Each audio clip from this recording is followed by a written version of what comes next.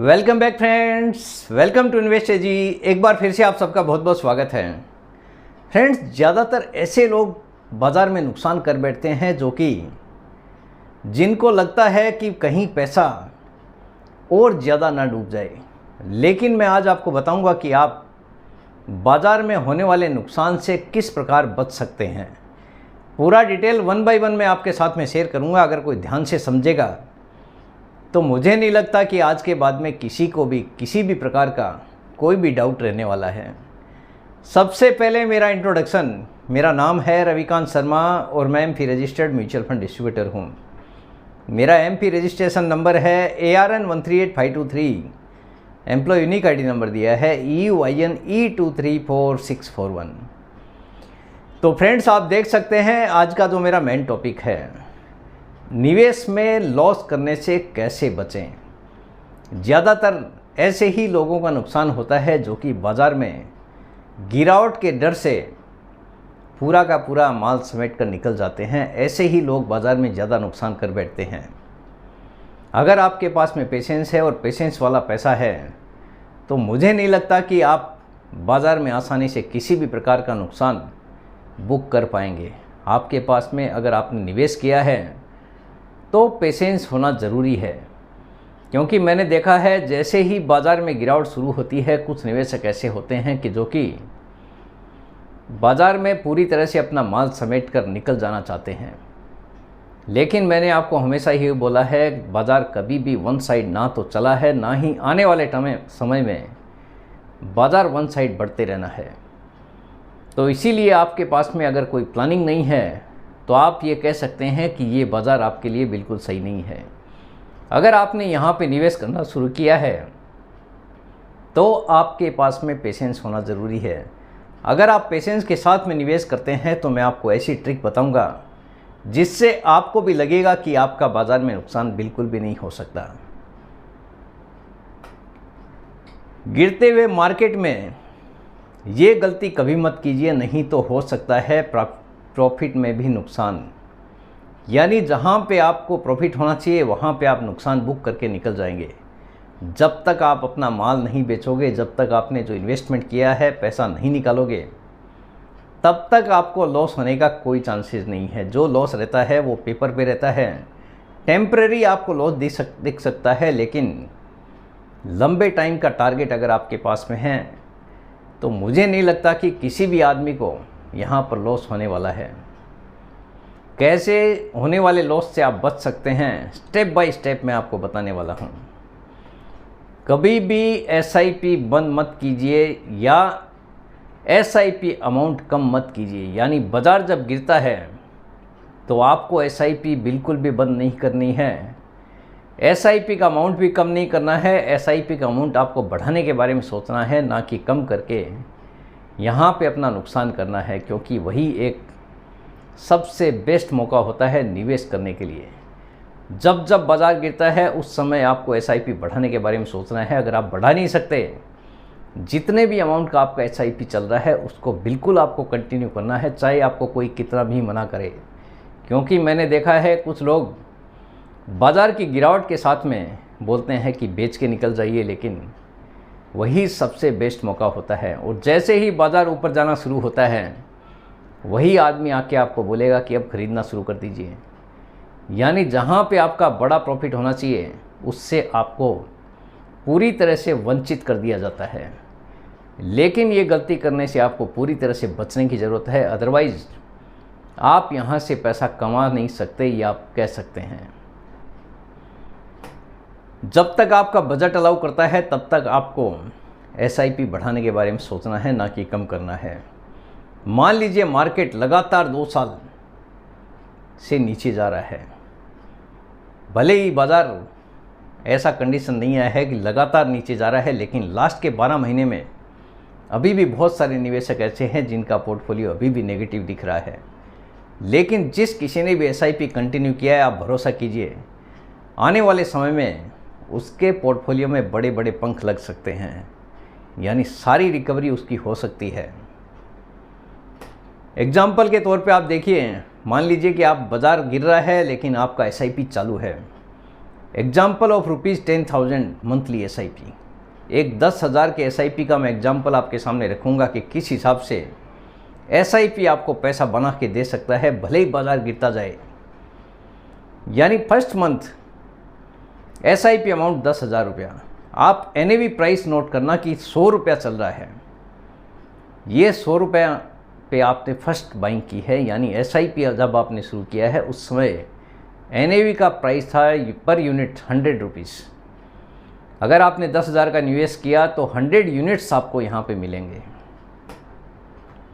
Second month में भी बाज़ार गिर गया और NAV का प्राइस हो गया 98 रुपीज़। लेकिन आपका SIP चालू है, बंद नहीं करना है, क्योंकि ये कैलकुलेशन आपको बहुत कुछ सिखाएगा। यहाँ पे टोटल नंबर ऑफ़ यूनिट्स आपको मिलता है 102.0408। यानी जितना प्राइस कम होगा उतना ही यूनिट्स आपको ज़्यादा मिलेगा। थर्ड मंथ में आप देखिए, तीसरे महीने में 10,000 का वापस निवेश किया, वापस प्राइस गिर गया, 96 रुपीज़ हो गया। जब बाज़ार गिरता है तो इसी हिसाब से आपने देखा होगा। यहाँ पे टोटल यूनिट्स आपको मिलता है 104.1667। फोर्थ मंथ में वापस 10,000 रुपये का निवेश आपने किया, 94 रुपीज़ प्राइस आ गया। ये जस्ट एग्जांपल के तौर पे मैं आपको दिखा रहा हूँ किस हिसाब से बाज़ार काम करता है। नंबर ऑफ़ यूनिट्स ऐसे केस में आपको मिलता है 106.3830। पाँचवें महीने में वापस 10,000 रुपये का आपने निवेश किया, 92 रुपीज़ प्राइस आ गया। यहाँ पे नंबर ऑफ़ यूनिट्स आपको मिलेगा 108.6956। यानी जितना बाज़ार गिर रहा है उतना ही यूनिट्स आपको ज़्यादा मिलते जा रहा है। ये आपको डिवाइड कर देना है, 10,000 डिवाइड बाई 92, तो इतना यूनिट्स आपको ऑटोमेटिकली आता हुआ दिखाई देगा। छठे महीने में वापस 10,000 का निवेश आपने किया, 90 रुपीज़ उसका प्राइस आ गया। ये केवल एग्जाम्पल है, जब बाज़ार ज़्यादा गिरता है तो ऐसा हो सकता है। यहाँ पे नंबर ऑफ़ यूनिट्स आपको मिलेगा 111.1111। सेवन्थ मंथ वापस 10,000 का आपने निवेश किया, NAV का प्राइस आ गया 88 रुपीज़, जो कि आपने 100 रुपीज़ से स्टार्ट किया। लगातार गिरते जा रहा है बाज़ार। ऐसा कई बार होता है, बाज़ार गिरते जाता है और लोगों की धड़कनें बढ़ाते जाता है। इस केस में यहाँ पे नंबर ऑफ़ यूनिट्स आपको मिलेगा 113.6363। एट्थ मंथ, आठवें महीने में 10,000 का वापस निवेश किया, प्राइस आ गया 87 रुपीज़। नंबर ऑफ़ यूनिट्स यहाँ पे मिलेगा 114.9425। नाइन्थ मंथ में वापस 10,000 का आपका निवेश गया, 85 रुपीज़ प्राइस आ गया, 10,000 का निवेश। इस केस में आपको नंबर ऑफ़ यूनिट्स मिलेगा 117.6470। जिस किसी को कैलकुलेशन में दिक्कत है, आप डिवाइड कर सकते हैं 10,000 डिवाइड बाई 85, तो इतना यूनिट्स आपको ऑटोमेटिकली आता हुआ दिखाई देगा। SIP 10,000 का वापस गया है, 83 रुपीज़ प्राइस आ गया। 10th मंथ में टोटल नंबर ऑफ़ यूनिट्स मिलेगा 120.4819। 11वें महीने में जब आपने SIP चालू किया, 11th SIP का इंस्टॉलमेंट, 10,000 का निवेश, प्राइस आ गया 81। यानी लगातार बाज़ार गिरते जा रहा है। 123.4568 यूनिट्स आपको मिल गया। 12th मंथ यानी 12 महीने तक आपका जो यूनिट्स है 20% प्राइस गिर गया। फर्स्ट इन्वेस्टमेंट आपका 100 रुपये में हुआ, दूसरा लगातार आप देख रहे हो किस हिसाब से प्राइस डाउन हुआ। यानी पहले 12 महीने में 20% डाउन हो चुका है। 80 रुपीज़ प्राइस आ गया NAV का। नंबर ऑफ़ यूनिट्स आपको मिलेगा 125। जितना प्राइस गिर रहा है उतना यूनिट्स आपको ज़्यादा दिखाई दे रहा है। 13वें महीने में 78 रुपीज़ प्राइस आ गया पर यूनिट्स, 10,000 का निवेश। नंबर ऑफ़ यूनिट्स यहाँ पे मिल रहा है 128.2051। 14th मंथ आपका SIP स्टार्ट करने के बाद 14वां महीना, 14th मंथ में 76 रुपीज़ प्राइस आ गया।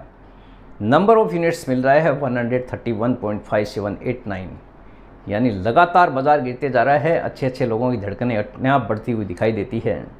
जैसे जैसे बाज़ार गिरता है हर किसी को अपना पैसा प्यारा होता है, इसीलिए ये डर के मारे एक आम निवेशक बाज़ार से दूर होने में अपना फ़ायदा समझता है, लेकिन उसकी यही सबसे बड़ी गलती होती है। 15th मंथ आपका SIP गया है 10,000 का, 77 रुपीज़ प्राइस आ गया। Number of units 129.8701। 16वें महीने में 10,000 का निवेश 79 प्राइस 126.5823। ये केवल एग्जाम्पल के तौर पे मैं दिखा रहा हूँ किस हिसाब से बाज़ार काम करता है। 17वें महीने में 10,000 का निवेश 80 रुपया प्राइस आ गया। बाज़ार आपने देखा होगा ऐसे ही चलता है, कभी नीचे कभी ऊपर, तो वही फ्लैक्चुएशन मैंने यहाँ पे दिखाने की कोशिश की है। 10,000 रुपये का निवेश 80 रुपये प्राइस आ गया, 125 यूनिट यहाँ पे आपको मिल गया। 18वें महीने में यानी 1.5 साल आपका हो गया। 1.5 साल में 10,000 का निवेश 82 रुपीज़, यानी अभी भी आपके प्राइस से करीब 18% नीचे है। 82 रुपीज़ प्राइस आ गया, 121.9512 यूनिट्स आपको मिल गया। 19th मंथ यानी 19वें महीने में आपके SIP चालू करने के बाद में 10,000 का निवेश 85 प्राइस आ गया, अभी भी 15% नीचे हैं। यूनिट्स आपको मिलेगा 117.6471। 20वें महीने में 10,000 का निवेश price 87, total number of units 114.9425। 21वां महीना आपके SIP का 10,000 का निवेश प्राइस 89, नंबर ऑफ यूनिट्स 112.3596।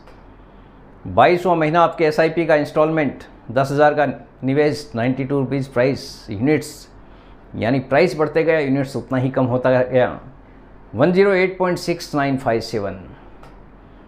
23वां महीना आपके SIP का इंस्टॉलमेंट 95 रुपीज़ प्राइस, 10,000 रुपया इन्वेस्टमेंट, यूनिट्स 105.2632। 24वां महीना आपके इंस्टॉलमेंट का यानी 2 साल पूरा हो गया, आप ये कह सकते हैं। 98 रुपीज़ प्राइस, हमने तो 100 रुपये में स्टार्ट किया था, फिर भी 98 रुपीज़, यानी 2 साल के बाद में भी आपका जो फर्स्ट परचेज प्राइस था वो अभी भी नहीं आया है। अभी भी आपको लग रहा है यहाँ पे नुकसान हो गया, लेकिन ऐसा नहीं है। नंबर ऑफ यूनिट्स आपको मिल रहा है 102.0408। आफ्टर 2 ईयर्स हम क्या करेंगे, टोटल SIP का अमाउंट 2,40,000 रुपये का हमारा निवेश हुआ है 10,000 का, यानी 24 महीने में हमने 2,40,000 का निवेश कर दिया। करंट वैल्यू चल रहा है, उसका प्राइस पर यूनिट चल रहा है 98 रुपीज़।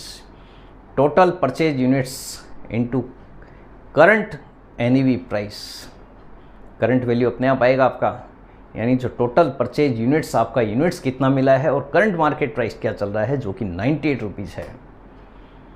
रिजल्ट आपके सामने है। टोटल परचेज यूनिट आपको हो रहा है 2,771.6981 और करंट मार्केट प्राइस चल रहा है 98 रुपीज़, यानी लास्ट NAV जो परचेज प्राइस था आपका 98 रुपीज़ था। करंट मार्केट प्राइस हो गया टोटल, यानी आपका जो वैल्यू होता है SIP का 2,71,626 रुपया, यानी इस केस में आपको नेट प्रॉफिट हो रहा है 31,626 रुपया।